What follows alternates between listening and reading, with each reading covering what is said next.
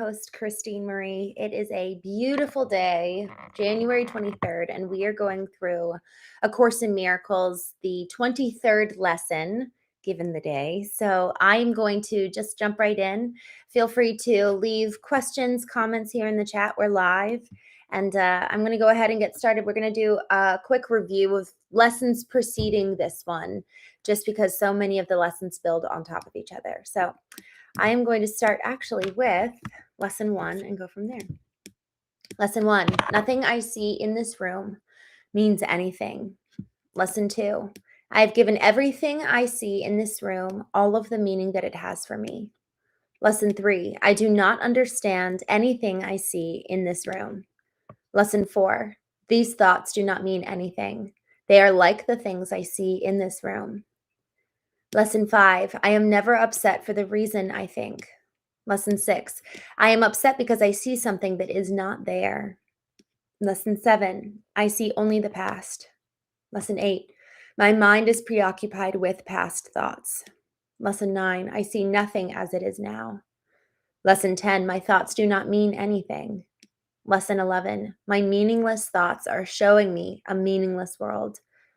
Lesson 12, I am upset because I see a meaningless world. Lesson 13, a meaningless world engenders fear. Lesson 14, God did not create a meaningless world. Lesson 15, my thoughts are images that I have made. Lesson 16, I have no neutral thoughts. Lesson 17, I see no neutral things. Lesson 18, I am not alone in experiencing the effects of my seeing. Lesson 19, I am not alone in experiencing the effects of my thoughts. Lesson 20, I am determined to see. Lesson 21, I am determined to see things differently. Lesson 22, what I see is a form of vengeance. And finally, lesson 23, I can escape from the world I see by giving up attack thoughts. The idea for today contains the only way out of fear that will ever succeed. Nothing else will work. Everything else is meaningless. But this way cannot fail. Every thought you have makes up some segment of the world you see. It is with your thoughts, then, that we must work if your perception of the world is ever to be changed. If the cause of the world you see is attack thoughts, you must learn that it is these thoughts which you do not want. There is no point in lamenting the world. There is no point in trying to change the world. It is incapable of change because it is merely an effect. But there is indeed a point in changing your thoughts about the world. Here you are changing the cause. The effect will change automatically. The world you see is a vengeful world, and everything in it is a symbol of vengeance. Even your perceptions of external reality is a pictorial representation of your own attack thoughts. One can well ask if this can be called seeing. Is not fantasy a better word for such a process, and hallucination a more appropriate term for the result? You see the world that you have made, but you do not see yourself as the image maker.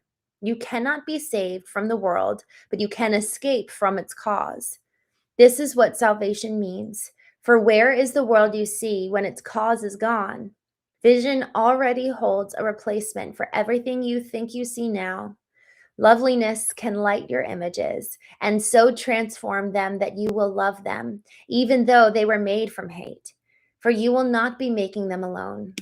The idea for today introduces the thought that you are not trapped in the world you see because its cause can be changed.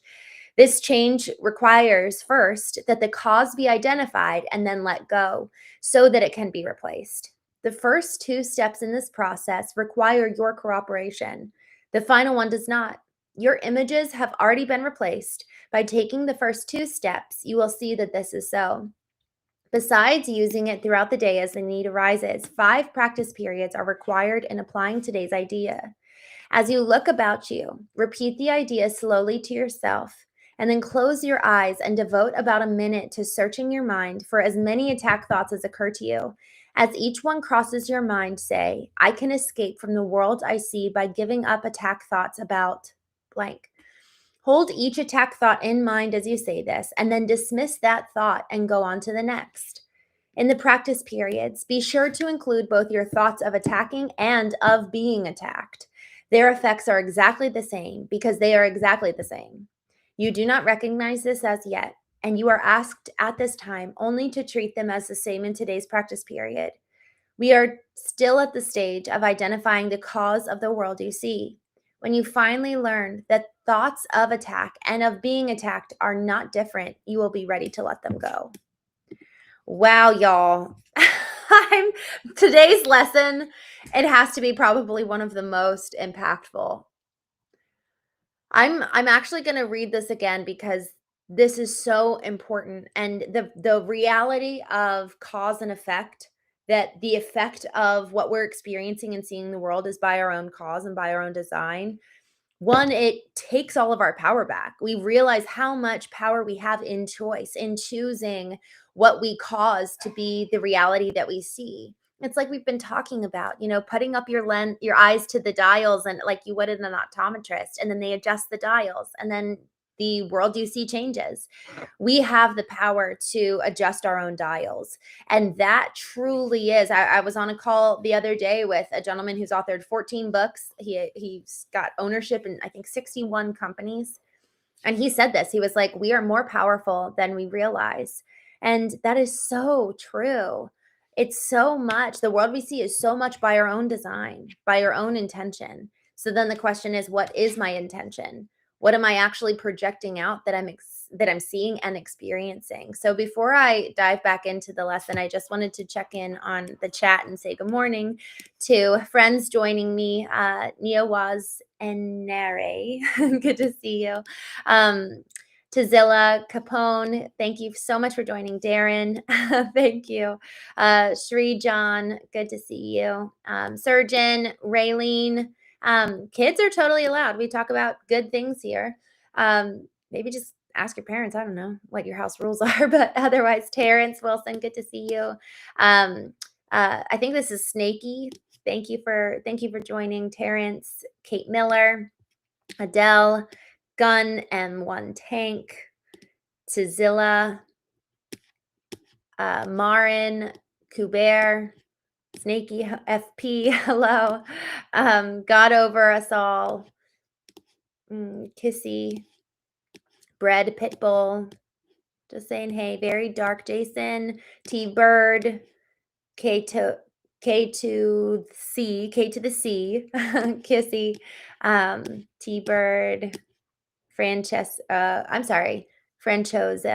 Thank you for joining. Billy, thank you so much. You guys are making my morning. I'm excited.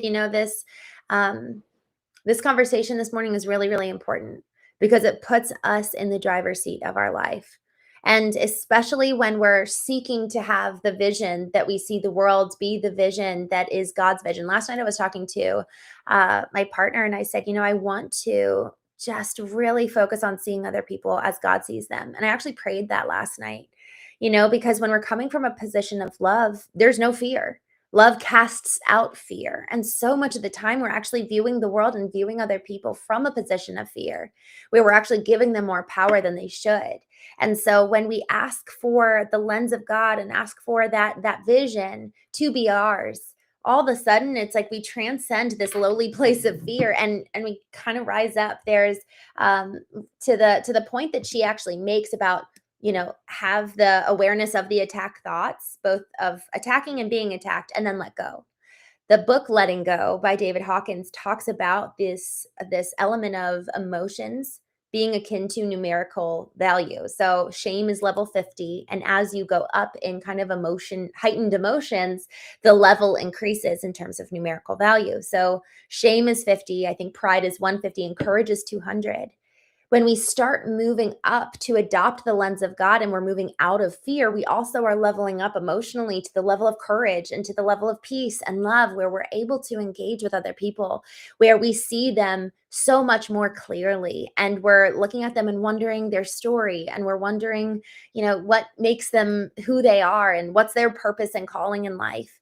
This has actually been a really good practice for me, like literally practicing this, because I will get some really, really mean comments here in the chat. And sometimes I'll get really nice ones, but sometimes they're really, really mean. And I have to look at the chat and look at the person and their picture and just remember, like, we're just the same. We're both children of God, and we both have souls and spirits, and we all have experience in life. And someone even said, like, maybe when someone's being unkind, that it's a cry for love. And so it's been a good challenge. Like, am I going to look at the world through my lens that's colored by the past, that's impacted so often by fear, attack thoughts, and the thoughts of being attacked? Remember, she said that they're pretty much the same. And can I let them go and instead choose the lens of the way God sees people, which is through the lens of love? And so every single day, every single moment, we have the opportunity to do that. Lesson 16 in the Course in Miracles says, I have no neutral thoughts. And our thoughts are the things that project out into the world. So am I choosing life-giving thoughts, or am I choosing thoughts that are discouraging and bringing me down, or even depressing? Am I choosing to dwell on things that I actually don't like? So there's this concept that frankly made probably one of the biggest impacts in my life. It says, where you place your attention is where you place your energy. So if I want to have a better energy where I feel like happy and excited, or even just like I'm motivated and focused, I need to be putting my attention on things that will allow for me to get to that point. And so I know for me what's life-giving. And that would be a question I have for you all today as we move away. We're wrapping up here in a few minutes. What's life-giving for you to think about? What's life-giving for you to do? Who is life-giving? And that's a really important one too, because how much of the time are we actually being around people that really kind of suck the life out of us? How often are we sitting here doom scrolling, and it's like our battery pack and our energy is draining because we're comparing? Comparison is the thief of joy. And so are we actually intentionally pursuing that which brings us life? Or are we mindless in the way that we're experiencing the world, and thus the way that we're seeing the world? So just jumping back here in the chat, Gun M1 Tank, good to see you, Male Dancer, Jesse Johnster. Good morning from Chicago. Good morning. I'm sorry, you did the freezing emoji face. I can only imagine how cold it is there. We're supposed to get so much snow on the East Coast. I'm actually flying out today, so I'm escaping. Roman King, good morning. Samuel Romaine, good morning. Thank you for joining, Scotty. K to the C, Gun M1 Tank, thank you. I love that. Be respectful. Thank you. This must be AI. No, I am real. K to the C. No, I'm not married yet. Hopefully soon. We'll see. Well, actually, you know what? Not hopefully soon. I'm actually really enjoying this period of time. I feel really peaceful about timing. So when I say hopefully soon, no, at the right time, I'm sure. Maxi Z, no, we don't talk about that here. XJ5, good to see you, Max. Chris, sometimes I wonder about some of those people having a soul. It's I know what you mean, and man, it's wild. I feel like, so what was it? Lesson 20. I'm pulling up our lesson list again because I think it was 2 days ago. Yeah, lesson 20 and lesson 21, it says, I'm determined to see differently. And as I've thought about, one of the exercises we were supposed to do with both of those lessons were to like close our eyes and like think about what made us mad, and then say the phrase, I'm determined to see things differently. And every single time I felt like all of a sudden it was like I was in a third party position.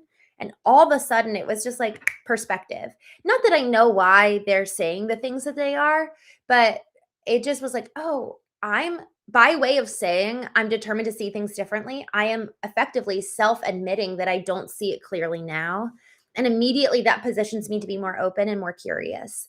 And lesson 21 was actually really formative for me in that day. And one of the things that's cool about these lessons is that we're supposed to be repeating them throughout the day, and it really solidifies in our mind and heart and soul. So um, I'm going to revisit this lesson 23. I just want to read through the intro one more time, and then I do need to jump off because I am flying today. And actually, I am going to be on later tonight than I normally am for the Knowing Show. For those of you who know me, I come on most every night, and we do a longer show. And I'm just checking my calendar. I will likely be on tonight, probably like 10:30 p.m. Eastern. So I'll be back on then. Lesson 23, I can escape from the world I see by giving up, and then insert blank the attack thought as we do these practice periods today. So just revisiting the opening, because this is so good and so impactful. So I would, even if you all are up for it, I'll read this, and if you want to just close your eyes and listen, because what she says here is so profound. And y'all, if we can realize the power of our thoughts and realize that we have the power of choice to choose what we think about, to choose the way we see the world, our lives can literally change. So the idea for today contains the only way out of fear that will ever succeed. Nothing else will work. Everything else is meaningless. But this way cannot fail. Every thought you have makes up some segment of the world you see. It is with your thoughts, then, that we must work, if your perception of the world is to be changed. If the cause of the world you see is attack thoughts, you must learn that it is these thoughts which you do not want. There is no point in lamenting the world. There is no point in trying to change the world. It is incapable of change because it is merely an effect. But there is indeed a point in changing your thoughts about the world. Here, you are changing the cause. The effect will automatically change. So with that, I hope you all have a wonderful day, and I hope I can see you tonight on the Knowing Show, 10:30 p.m. Eastern. And I put this here in the chat, but I'm actually going to link it here as well. If you all have topics that you'd like for me to cover on the Knowing Show, and if you'd ever like to meet up in person or virtually for any events, go ahead and fill out the form here, and then I will be planning out over the next couple of weeks, just different concepts and conversations based on what you put in here. So in the meantime, I hope you all have a wonderful day. Delore and Dupe Church, good to see you. Jojo. Um, mm, K to the C. That's a really, really interesting concept. I think that could warrant a whole conversation there. Johnster, thank you. Have a wonderful day, everybody. Gun Team Tank, thank you so much for joining. I will see you all tonight around 10:30 p.m. to 11, around that time frame. But in the meantime, have a wonderful day. As a reminder, today's lesson, I can escape from the world I see by giving up attack thoughts.